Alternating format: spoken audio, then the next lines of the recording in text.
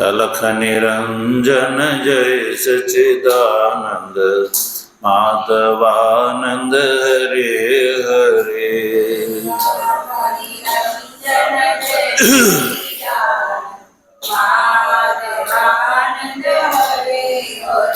हे अलख निरंजन जय सच्चिदानंद माधवानंद हरे हरे।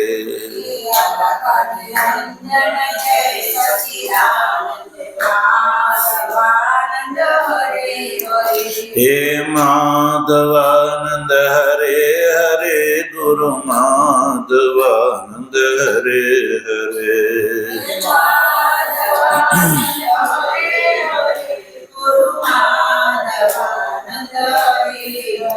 हे माधवानंद हरे हरे गुरु माधवानंद हरे हरे।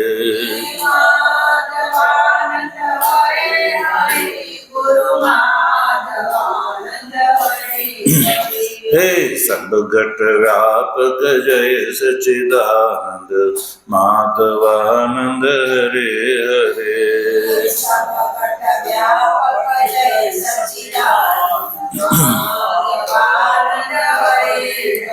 हे घट घट व्यापक जय सच्चिदानंद माधवानंद हरे हरे।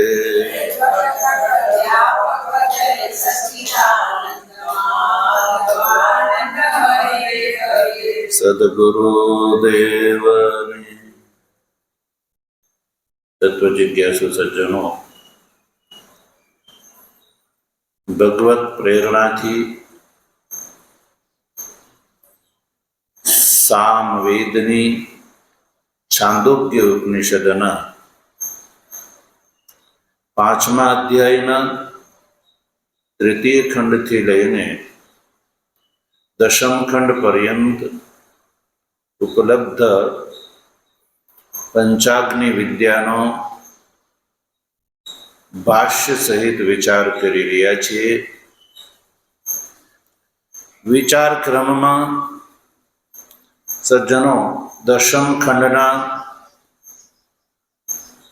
6ठी कंडिका नो विचार आपणे समाप्त करी चूक्या। आ 10મ खंडनी 6ठी कंडिका में जीवना अवरोहणनो विचार करवामां आव्यो, पुनरावृत्तिनो।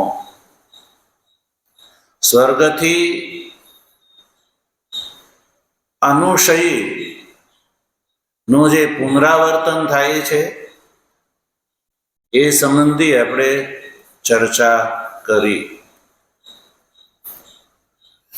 पुनरावृत्तिना विषयमां भिन्न भिन्न रीते विचार करीने अंतमां एक बात ए करवामां आवी कि ज्यारे स्वर्गथी अनुशयनी पुनरावृत्ति थाय छे त्यारे एने रेत सीक देहनो संबंध थवो बहु कठिन छे ए बात करी।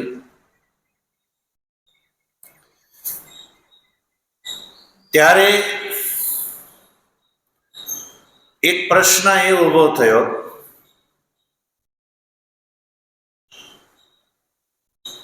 कि पुनरावृत्ति समये ज्यारे रेतसिक देहनो संबंध जो दुर्लभ होय तो ए दशामां एटले के रेतसिक देहना संबंध थता पहेला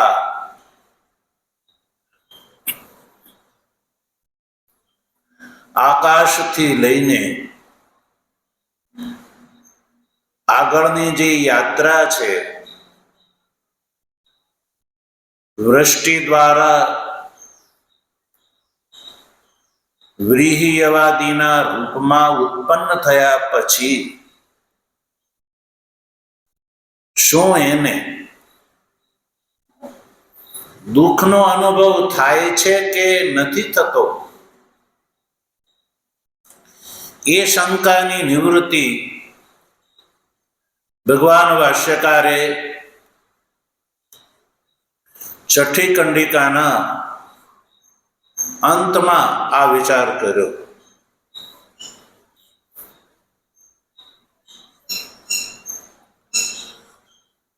એક પક્ષ જે છે, સાંખ્યનો જે પક્ષ છે, સાંખ્ય મત જે છે, જે પૂર્ણતઃ નાસ્તિક નથી, આસ્તિક મત છે, છતાં પણ પૂર્ણતઃ વેદ સંમત મત નથી.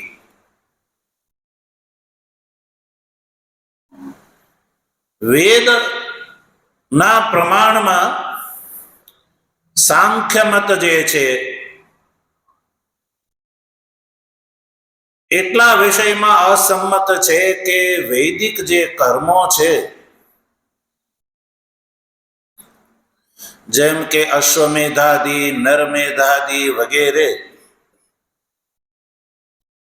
એ હિંસા અનુગ્રહાત્મક યજ્ઞ છે, કર્મ છે.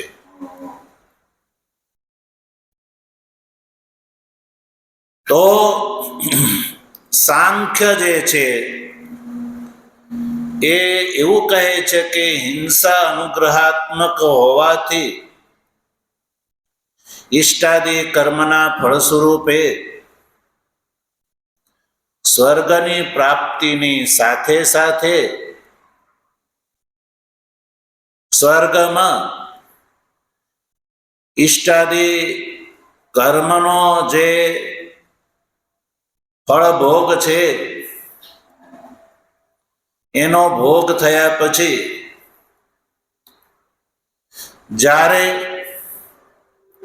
આકાશાદિ ક્રમથી એની પુનરાવૃત્તિ થઈ છે ત્યારે એને સ્થાવરત્વની પ્રાપ્તિ પણ થાય છે કે જે એને ઈષ્ટાદિ કર્મ કરતી વખતે જે વૈદિક કર્મની અંદર જીવ હિંસા થઈ હતી, એ હિંસાના ફળ સ્વરૂપે એને સુખની સાથે સ્થાવરત્વ યોનિની પ્રાપ્તિ રૂપ દુઃખરૂપ પણ ફળ મળે છે. એ વાત માનવી જોઈએ. અને જો એ વાત સ્વીકારવામાં આવે તો વૈદિક કર્મ જે છે સજ્જનો, એ અનર્થનું પણ કારણ બને છે. એ વાત પણ સ્વીકારવાની આપત્તિ આવે. અને જો વૈદિક કર્મ જે છે અનર્થનું કારણ છે એ વાત માની લેવામાં આવે તો સાથે સાથે વેદની અંદર અપ્રામાણ્ય દોષને પણ સ્વીકારવાની આપત્તિ આવે છે. એટલે સાંખ્યનો જે મત છે એ સ્વીકાર કરવા યોગ્ય નથી કે હિંસાના ફળ સ્વરૂપે સ્થાવરત્વની યોનિ અનુશયી જીવને મળે છે. એ વાતનું ખંડન ભગવાન ભાષ્યકારે અંતમાં કર્યું છે. સાંખ્યના મતનો ઉલ્લેખ કરીને સાંખ્યના મતનું નિરાકરણ વૈદિક પદ્ધતિ પ્રમાણે ભાષ્યકારે સ્પષ્ટ કરી દીધું. જો સાંખ્યના મતનો ઉલ્લેખ કરી અને એનો મત અસ્વીકાર્ય છે એ કહ્યું. ન ચ વૈદિકાનામ કર્મણામ હિંસાયુક્તત્વેન ઉભય હેતુત્વમ શક્યમ અનુમાતુમ હિંસાયાઃ શાસ્ત્ર ચોદિતત્વાત. ભાષ્યકાર આ વાતનો ઉલ્લેખ કર્યો કે કોઈ એમ કહે કે વૈદિક કર્મોની અંદર જે હિંસાનું જે દર્શન થાય છે, હિંસાની જે આપાતત પ્રતીતિ થાય છે, વસ્તુત એ હિંસા હિંસા નથી, પણ જેને હિંસા દેખાય છે એટલે એ હિંસાયુક્ત માને છે સાંખ્ય વગેરે, તો એ એવું કહે છે કે હિંસાયુક્ત હોવાના કારણે વૈદિક કર્મો જે છે એ ઉભય હેતુ છે એ માનવું શક્ય છે. ઉભય હેતુ એટલે અર્થના પણ હેતુ અને અનર્થના પણ હેતુ. ઉભય હેતુત્વમ અર્થ અનર્થ હેતુત્વમ ઇતિ યાવત ભાષ્ય ટીકાકાર આ ઉભય હેતુત્વમનો અર્થ કરે છે કે અર્થ અને અનર્થના બંનેના હેતુ છે એમ માનવું પડે. કોણ કહે છે? સાંખ્ય વગેરે મત વૈદિકની સામે આવો પ્રશ્ન ઊભો કરી શકે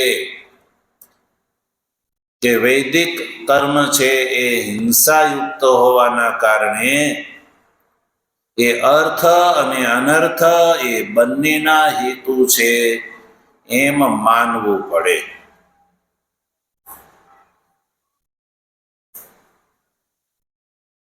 એટલે પુનરાવર્તન જે અનુશય જીવનું થઈ રહ્યું છે તો એ દશામાં દ્યુલોકની અંદર અર્થનો ભોગ, વૈદિક કર્મની અંદર રહેલા અર્થનો ભોગ અને પુનરાવૃત્તિ વખતે આકાશાદી ક્રમથી પુનરાવૃત્તિ થતી વખતે રેતસિક દેહનો સંબંધ ન થાય એ પૂર્વે વૈદિક કર્મની અંદર રહેલા હિંસા દોષના ફળ સ્વરૂપે અનુશયી જીવને સ્થાવરત્વ યોનિની પણ પ્રાપ્તિ એ હિંસાના ફળ સ્વરૂપે થાય છે એ માનવું જોઈએ. એ જે પૂર્વ પક્ષીનું કથન છે, ભાષ્યકાર એને મૂળથી ખારીજ કરી દે છે, કહે છે કે એ યોગ્ય નથી. સાંખ્યનું એ માનવું અને એ સમાધાન યોગ્ય નથી. કેમ? કારણ કે હિંસાયા શાસ્ત્ર વિહિતત્વાત, એ જે વૈદિક કર્મની અંદર જેને હિંસા દેખાય છે એ જે હિંસા છે એ શાસ્ત્ર વિહિત હિંસા છે. કેવી છે? શાસ્ત્ર વિહિત હિંસા છે. અને શાસ્ત્ર વિહિત હિંસા હોવાથી એ હિંસાનું ફળ દુઃખ હોઈ શકે નહીં. હિંસા શાસ્ત્ર વિહિત છે એટલે કોને હિંસા કહેવામાં આવે, કોને અહિંસા કહેવામાં આવે એ મનુષ્ય જે છે એ નક્કી કરી શકતો નથી. શાસ્ત્ર છે બતાવે છે. પુણ્ય પાપની વ્યાખ્યા શાસ્ત્ર પ્રમાણથી થાય છે, મનુષ્ય બુદ્ધિથી નહીં. મનુષ્ય એ નક્કી ન કરી શકે. આપાતતઃ કોઈ પ્રસંગને જોઈને એ નક્કી મનુષ્ય ન કરી શકે કે ભાઈ આ પાપ છે કે આ પુણ્ય છે. કારણ કે પાપ અને પુણ્યની, ધર્મ અને અધર્મની ભેદરેખા બહુ પાતળી હોય છે. એટલે પ્રમાણનો વિચાર કર્યા વગર કોઈ બહારથી જે હિંસા ના રૂપમાં દેખાય એ હિંસા છે, અને બહારથી જે તમને અહિંસા દેખાતી હોય એ અહિંસા છે. એ મનુષ્ય પોતે નક્કી કરી શકે નહીં સજ્જનો. શાસ્ત્ર વિહિત હોવાથી એ ભલે હિંસા લાગતી હોય પણ એ હિંસા નથી સજ્જનો. તો પૂછે કે શાસ્ત્ર વિહિત છે એવું તમે કહ્યું, તો શાસ્ત્રનું પ્રમાણ બતાવો, કઈ જગ્યાએ આ વાત લખી છે? તો સજ્જનો, ભાષ્યકાર આ જ છાંદોગ્ય ઉપનિષદ જેનો આપણે વિચાર કરી રહ્યા છે, એ છાંદોગ્ય ઉપનિષદની શ્રુતિ અહીંયા પ્રમાણ રૂપથી ઉપસ્થિત કરે છે. તો શ્રુતિ વાક્યનું સ્વરૂપ છે, અહિંસન સર્વભૂતાની અન્યત્ર તીર્થેભ્યઃ ઇતિ શ્રુતેઃ શાસ્ત્ર વિહિતાયા હિંસાયાઃ ન અધર્મ હેતુત્વમ અભ્યુપગમ્યતે. શ્રુતિ વાક્ય પ્રમાણના રૂપમાં ઉપસ્થિત કર્યું. આ શ્રુતિ વાક્ય દ્વારા ભાષ્યકાર એવું કહે છે કે ઇષ્ટાદિ કર્મોની અંદર જે પ્રતીત થતી હિંસા, એ હિંસા નથી. શાસ્ત્ર વિહિત હોવાથી એ અધર્મનો હેતુ બની અને ઇષ્ટાધિકારી જે છે અનુશયીને એ હિંસાના ફળ સ્વરૂપે રેતસિક દેહની પ્રાપ્તિની પહેલા એને સ્થાવરત્વની પ્રાપ્તિ થાય છે. એ કેવું બિલકુલ યોગ્ય નથી સજ્જનો. જો એ શ્રુતિ વાક્ય છે સજ્જનો, આજ સામવેદના 8મા અધ્યાયના 15મા ખંડનો જે પહેલો મંત્ર છે એમાં જ આ શ્રુતિ વાક્ય જોવા મળે છે. શું કહે છે શ્રુતિ વાક્ય? જો અહિંસન સર્વભૂતાની અન્યત્ર તીર્થેભ્યઃ સ ખલુ એવં વર્તયન યાવદ આયુષમ બ્રહ્મલોકમ અભિસંપદ્યતે ન ચ પુનરાવર્તતે. આવું શાસ્ત્ર વાક્ય ઉપલબ્ધ છે. એમાં કહ્યું કે અહિંસન સર્વભૂતાની અન્યત્ર તીર્થેભ્યઃ, એવું કહ્યું સજ્જન. અહિંસન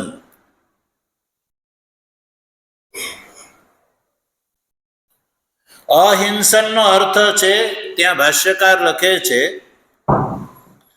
અહિંસા યાની પરપીડામ અકુર્વન. અહિંસન શબ્દનો અર્થ છે પરપીડામ અકુર્વન, કોઈ પ્રાણીને દુઃખ દીધા વગર, સર્વભૂતાની યાની સ્થાવર જંગમાની ભૂતાની અપીડયન, સ્થાવર ભૂત હોય કે જંગમ ભૂત હોય, એ બંનેમાંથી કોઈ પણ પ્રકારના ભૂત હોય એને પીડા કર્યા વગર. આગળ લખ્યું અન્યત્ર તીર્થેભ્યઃ, એટલે કે તીર્થથી અન્ય રીતે, તીર્થેભ્ય અન્યત્ર કોઈ પ્રાણીને પીડા પહોંચાડ્યા વગર. એ શ્રુતિ વાક્ય છે. સખલો યાવદ આયુષમ એ બ્રહ્મલોકમ અભિસંપદ્યતે. સખલો યાવદ આયુષમ એવં વર્તયન બ્રહ્મલોકમ અભિસંપદ્યતે. એટલે તીર્થથી અન્યત્ર, એટલે કે તીર્થથી ભિન્ન જગ્યાએ કોઈ જીવની પીડા કર્યા વગર જે વર્તન કરે છે તો એ યાવદ આયુષ્ય બ્રહ્મલોકનો ભાગીદાર થાય છે.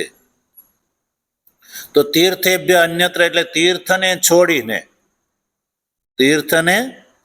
છોડીને અન્યત્ર કોઈ પ્રાણીની હિંસા નહીં. તો તીર્થ એટલે શું ભાઈ? તો કહ્યું કે તીર્થમ નામ શાસ્ત્ર અનુજ્ઞા વિષય પરતત અન્યત્ર ઇત્યર્થ. શાસ્ત્ર અનુજ્ઞા વિષય, તીર્થનો અર્થ છે શાસ્ત્ર અનુજ્ઞા વિષય, એટલે શાસ્ત્રએ જે આજ્ઞા કરી છે એને છોડીને અન્યત્ર એટલે બીજા પ્રસંગમાં શાસ્ત્રએ જે આજ્ઞા કરી છે એ છોડીને સામાન્ય વ્યવહારમાં કોઈ પણ પ્રાણીની હિંસા કર્યા વગર, એવો અર્થ થાય સજ્જનો. એટલે કે ભિક્ષા નિમિત્ત અટનાદિના અપી પરપીડા સ્યાત. ભિક્ષા નિમિત્ત અટન ઇત્યાદિ કરવાથી પણ પરપીડા થઈ શકે છે સંન્યાસીને માટે. એટલે એને છોડીને કહ્યું કે અન્યત્ર તીર્થેભ્ય, એટલે આ કાર્યને છોડીને બીજી અન્ય પ્રકારથી કોઈ પ્રાણીને પીડા પહોંચાયા વગર. તો સજ્જનો આ શ્રુતિ વાક્ય જે છે એ તીર્થમાં થયેલી જે હિંસા, એટલે યાગાદિ કર્મમાં થયેલી જે હિંસા એ હિંસા નથી, કારણ કે એ શાસ્ત્ર વિહિત છે. કેવી છે? શાસ્ત્ર વિહિત છે. શાસ્ત્રમાં સજ્જનો એનું વિધાન છે, અને વિધાન હોવાથી એ હિંસાનું ફળ દુઃખ જે છે એ કરતાને હોઈ શકે નહીં સજ્જનો. એટલે વૈદિક હિંસા જે છે સજ્જનો એ અધર્મનો હેતુ બનતી નથી, એટલે જીવને માટે એ દુઃખનું કારણ બની શકતી નથી.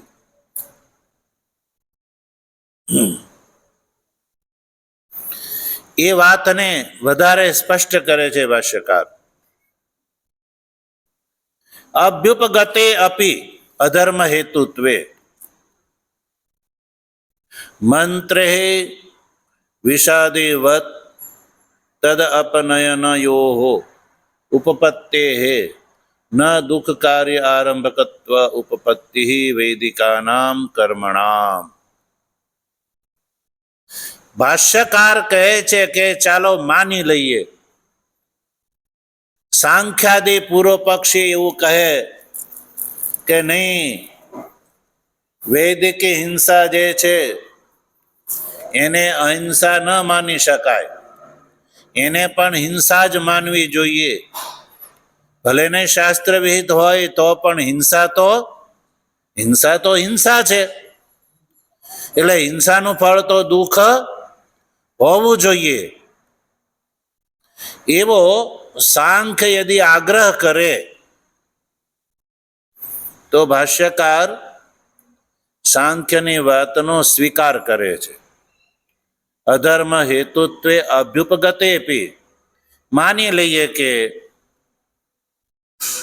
એ જે હિંસા યાગાદિની અંદર જે હિંસા એ અધર્મનો હેતુ છે એમ માની પણ લઈએ, તો પણ સજ્જનો એનું પ્રાયશ્ચિત પણ સંભવ છે. શું સંભવ છે? પ્રાયશ્ચિત. એની અંદરથી અધર્મ હેતુત્વ રૂપ જે પક્ષ છે એને દૂર કરી શકાય છે. વૈદિક હિંસા જે છે એ હિંસાની અંદર અધર્મ હેતુત્વ જે છે એને દૂર કરી શકાય છે પ્રકારાંતરથી સજ્જનો. કેવી રીતે દૂર કરી શકાય છે? તો ભાષ્યકાર કહે છે કે મંત્રે વિષાદિવત, મંત્રે વિષાદિવત એ દ્રષ્ટાંત છે. મંત્રથી જેમ વિષાદી છે એને દૂર કરી શકાય છે ને. વિષ છે સજ્જનો, વિષ, એ વિષનો સામાન્ય ધર્મ શું છે? મારકત્વ ધર્મ છે. વિષનો સામાન્ય ધર્મ શું છે? મારકત્વ. વિષનું ભક્ષણ કરે સામાન્ય તો એ મનુષ્ય મૃત્યુનો ભાગીદાર થઈ જાય છે સજ્જનો. સામાન્યતઃ સ્વરૂપથી એ વિષ જે છે કોઈ ભક્ષણ કરે તો એ મૃત્યુનો ભાગીદાર થાય છે. પણ એને લેવાની રીત છે. જો ભાષ્ય ટીકાકાર લખે છે કે યદ્યપિ સ્વરૂપેણ હિંસા અનર્થ હેતુત્વમ અભ્યુપગમ્યતે તથાપિ તદયુક્તાનામ વૈદિક કર્મણામ ન અનર્થ આરંભકત્વમ યથા. દ્રષ્ટાંત દે છે. યથા સ્વરૂપેણ વિષ દદ્યાદેહે મરણ જ્વરાદિ હેતુત્વે અપી મંત્ર શર્કરાદિભિઃ સહ ઉપયુક્તમ સન ન તત્કાર્ય આરંભકમ. ભગવાન ભાષ્યકારના કથનને ભાષ્ય ટીકાકાર વધારે ખોલીને સ્પષ્ટ કરે છે. ભાષ્ય ટીકાકાર લખે છે કે યદ્યપિ માની લો કે વૈદિક કર્મ જે છે, વૈદિક હિંસા છે, અનર્થનો હેતુ છે એવું માની પણ લઈએ. ચાલો, પૂર્વ પક્ષીના સંતોષને માટે માની લઈએ કે વૈદિક હિંસા છે સજ્જનો એ અનર્થનો હેતુ છે એવું માની લેવામાં આવે તો પણ સજ્જનો એનું સમાધાન સંભવ છે. એનું સમાધાન સંભવ છે. કેવી રીતે? જેમ વિષ છે, વિષ છે એવી રીતે દહીં છે. દહીં, વિષ જે છે એ યદ્યપિ મરણનો હેતુ છે, મરણનો હેતુ છે, પણ મંત્ર સહિત જો એનું ભક્ષણ કરવામાં આવે, મંત્રપૂર્વક જો એનું ભક્ષણ કરવામાં આવે તો એ વિષ છે સજ્જનો એ મરણનું કારણ બનતું નથી. કેમ? કારણ કે મંત્ર દ્વારા વિષની અંદર જે સ્વાભાવિક રૂપથી જે મારકત્વ ધર્મ છે ને એ સમાપ્ત થઈ જાય છે મંત્ર દ્વારા. મંત્ર ભણીને જો વિષ ભક્ષણ કરવામાં આવે તો મંત્રની અંદર સજ્જનો એ સામર્થ્ય છે કે વિષની અંદર જે રહેલો મારકત્વ જે દોષ છે એ દોષ સમાપ્ત થઈ જાય છે સજ્જનો. એવી જ રીતે દધી છે, દહીં છે એ જો બહુ ખાટું હોય અને ખાવામાં આવે તો એ જ્વરનો હેતુ બને છે.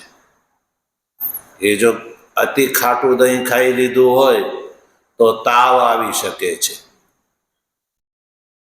એ આપણે બધા જાણીએ છીએ.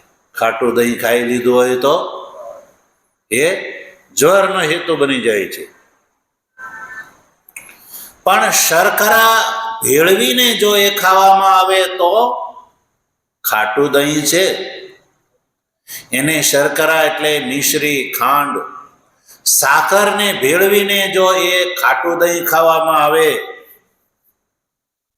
તો સજ્જનો એ જ્વરનું કારણ બની શકતું નથી. તો શું પહેરે એની અંદર જે ખાટો ગુણધર્મ જે છે એ તો એની અંદર જ રહેલો છે. પણ શર્કરાના કારણે એ જે દોષ છે એ સમાપ્ત થઈ ગયો સજ્જન. એવી રીતે સ્વરૂપેણ હિંસા અનર્થ યથા સ્વરૂપેણ વિષ દધ્યાદેહ મરણ જરાદિ હેતુત્વેપી મંત્ર શર્કરાદિભિઃ સહ ઉપયુક્તમ સન્ન તત્કાર્ય આરંભકમ. તો હવે તમે કહો કે નહીં, ખાટું દહીં તો જ્વરનો હેતુ છે, તમને તાવ આવવો જ જોઈએ, કારણ કે તમે ખાટું દહીં ખાધું છે. આયુર્વેદમાં કહેવામાં આવ્યું કે અતિ ખાટું દહીં ખાવાથી તાવ આવી શકે છે, તો તમને તાવ આવવો જોઈએ. આવો કોઈ આગ્રહ રાખે તો કહીએ કે જો ભાઈ, અમને તાવ એટલા માટે નથી આવ્યો કે અમે એ ખાટું દહીં સાકરની સાથે ભેળવીને ખાધું છે, એટલે અમારે માટે એ ખાટું દહીં જ્વરનું કારણ બન્યું નહીં સજ્જન. એવી રીતે વિષનો સીધો ગુણધર્મ તો કોઈ પીવે તો એ મૃત્યુ એનું થઈ શકે છે, પણ મંત્ર સહિત એનું ભક્ષણ કરવાથી એ વિષ જે છે એ જેમ મૃત્યુનું કારણ બનતું નથી સજ્જનો. એવી જ રીતે હવે અહીંયા મૂળ વાત ઉપર આવી જાઓ કે વૈદિક જે કર્મ છે, યાગાદિની અંદર જે હિંસા થાય છે, એ હિંસા શાસ્ત્ર વિહિત હોવાથી એ અનર્થનું કારણ બનતી નથી. શાસ્ત્રનું વિધાનથી અન્યત્ર સામાન્ય રૂપથી જો હિંસા કરવામાં આવે, એટલે કે વૈદિક યાગના વિધિના ભાગના રૂપથી અન્યત્ર એ સિવાય જો હિંસા છે એ સજ્જનો અધર્મનું કારણ છે. પણ વૈદિક યાગના એક ભાગના રૂપમાં, એક વિધિના રૂપમાં જો હિંસા છે એ હિંસા અનર્થનું કારણ આ દ્રષ્ટાંત દીધું એ રીતે બની શકતી નથી. જેમ વિષ અને દધી, મંત્ર અને શર્કરા સાથે એનો પાન કરવામાં આવે તો સજ્જનો જેમ એ મરણ અને જ્વરનો હેતુ જેમ નથી બનતું, એ જ રીતે યાગના અંગના રૂપમાં હિંસા જો કરવામાં આવે તો એ હિંસા છે એ અધર્મનું કારણ બની શકતી નથી સજ્જનો. એટલે વૈદિક કર્મના ફળ સ્વરૂપે જે સ્વર્ગનો ભોગ કર્યા પછી જેની પુનરાવૃત્તિ થાય છે, એ પુનરાવૃત્તિ થયા પછી રેતસિક દેહની પ્રાપ્તિની પૂર્વનો જે પ્રવાસ છે, કાળ છે, એ દરમિયાન એને કોઈ સ્થાવર યોનિની પ્રાપ્તિ થાય છે, એ વાત માનવા યોગ્ય નથી. એ હિંસાના યજ્ઞના અંગના રૂપમાં કરેલી હિંસાના ફળ સ્વરૂપે એને સ્થાવરત્વની પ્રાપ્તિ થાય છે, એ માનવું યોગ્ય નથી. એને એ વખતે અનુષયી જીવને રેત સિક દેહની પ્રાપ્તિ થતા પૂર્વે કોઈ કષ્ટનો અનુભવ થતો નથી સજ્જનો. એ વખતે મૂર્છિતવદ હોય છે. શું હોય છે? મૂર્છિતવદ હોય છે.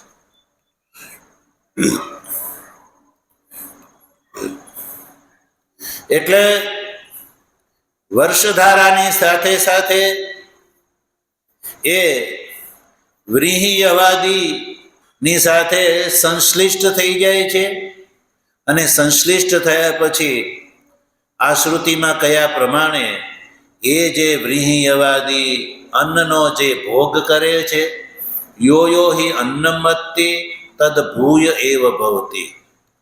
જે સજ્જનો એ અન્નનું ભક્ષણ કરે છે અને કોઈ પણ મનુષ્યાદિ પ્રાણી એ અન્નનું ભક્ષણ કરી શકે છે. તો પછી એ જે અન્નની સાથે જે સંશ્લિષ્ટ જે અનુશયી જીવ છે એ જે તે પ્રાણીના શરીરમાં જાય છે અને એ પ્રાણી દ્વારા જે છે એ સંતાનની ઉત્પત્તિ કરે છે. તો એ પ્રાણીનો જે આકાર છે, ચાહે મનુષ્ય હોય કે પશુ હોય, એ આકારનો એ જન્મ એને ધારણ થાય છે, પ્રાપ્ત કરે છે. અહીંયા સુધી વાત થઈ સજ્જનો. એટલે તદ ભૂય એવ ભવતી યો યો હિ અન્નમ અત્તિ તદ ભૂય એવ ભવતી. એટલે અનુશયી જીવ છે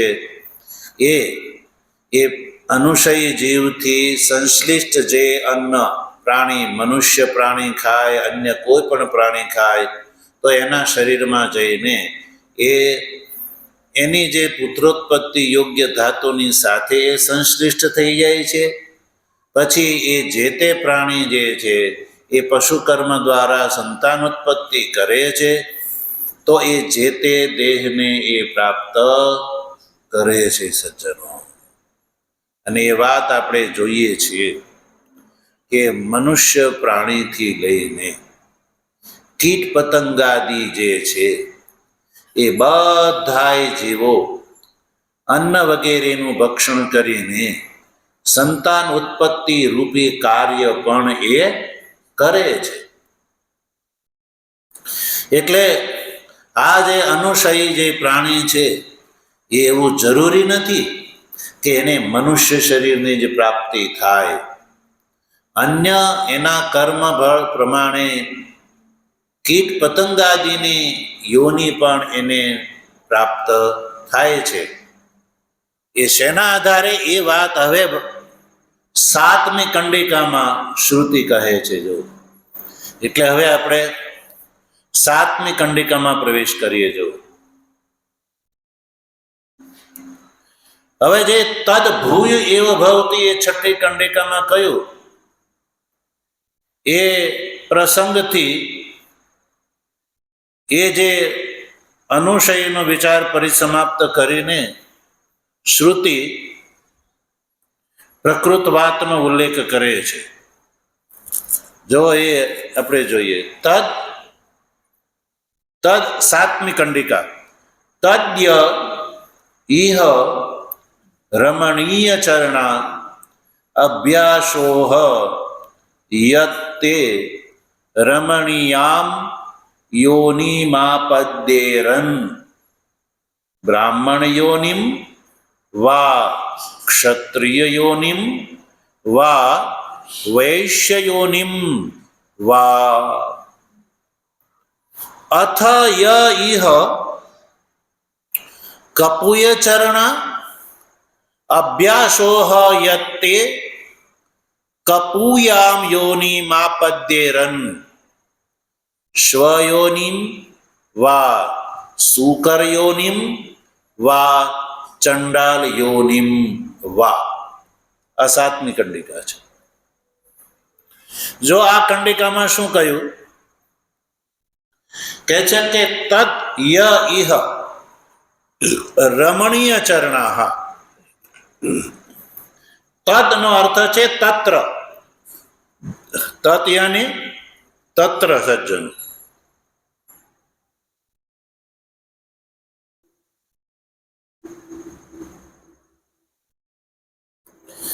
તદ તે અનુશયીના મધ્યે. તત્નો અર્થ કર્યો ભાષ્યકારે તત્ર. તત્ર મને જે સ્વર્ગથી જે જીવોની પુનરાવૃત્તિ થઈ રહી છે, સ્વર્ગથી જે જીવોની આકાશાદિ ક્રમથી જે પુનરાવૃત્તિ થઈ રહી છે, એ પુનરાવૃત્તિના જે ભાગીદાર જે અનુશયી જીવો છે એ જીવોમાં એક તો નથી,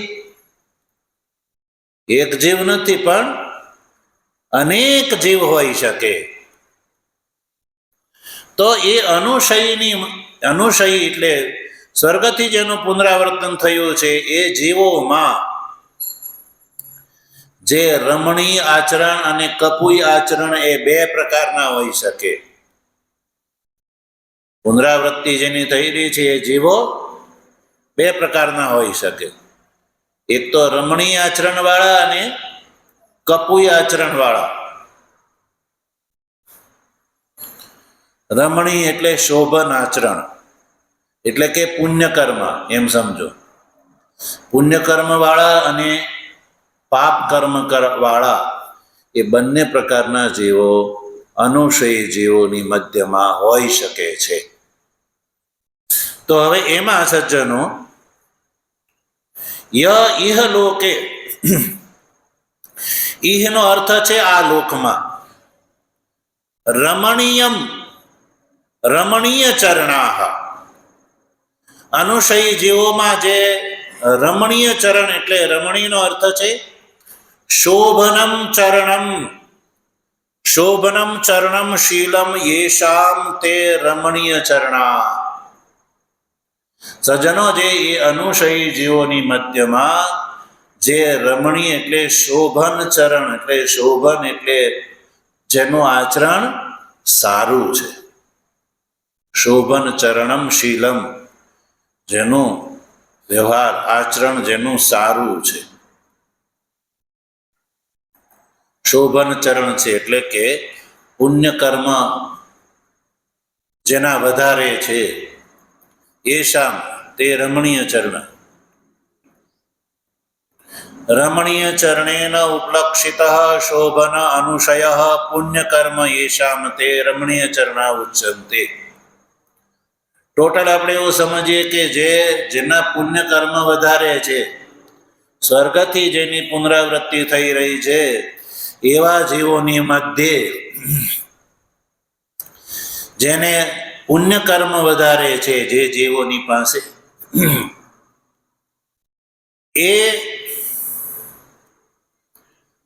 એને માટે શ્રુતિ આગળ કહે છે કે એ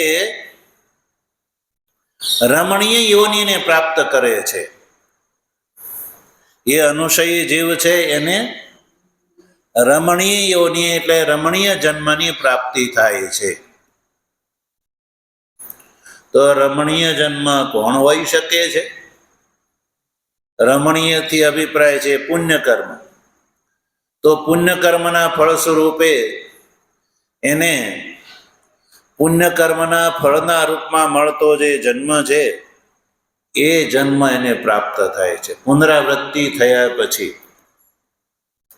દાખલા તરીકે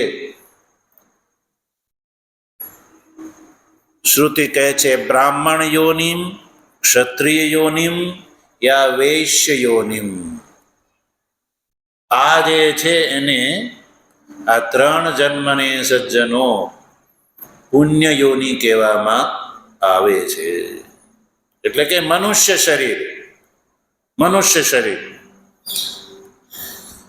જે અનુશયી પુણ્યકર્મ વાળો છે એ મનુષ્ય શરીરને પ્રાપ્ત કરે છે. કોને? મનુષ્ય શરીર. એવું નથી કે બધા મનુષ્ય જ બને. વ્રીહિયવાદીની સાથે જે સંશ્લિષ્ટ જે જીવ છે, તો એ વ્રીહિયવાદીનું ભક્ષણ કેવળ મનુષ્ય જ કરે છે?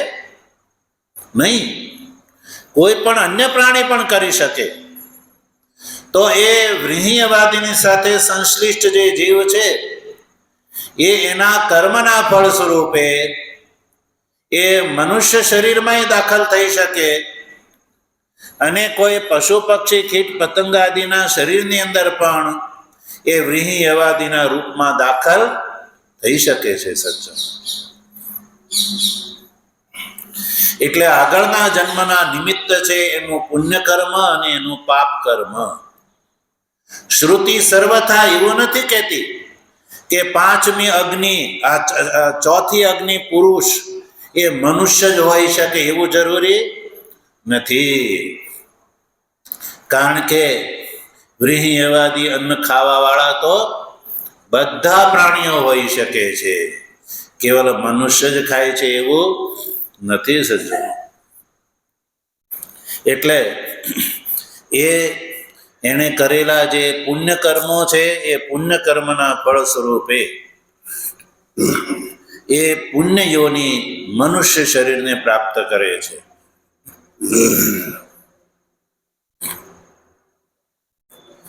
રમણીય આચરણનું શું સ્વરૂપ છે એ વાત ભગવાનની કૃપા હશે તો આપણે એનો વિચાર આગળ કરીશું.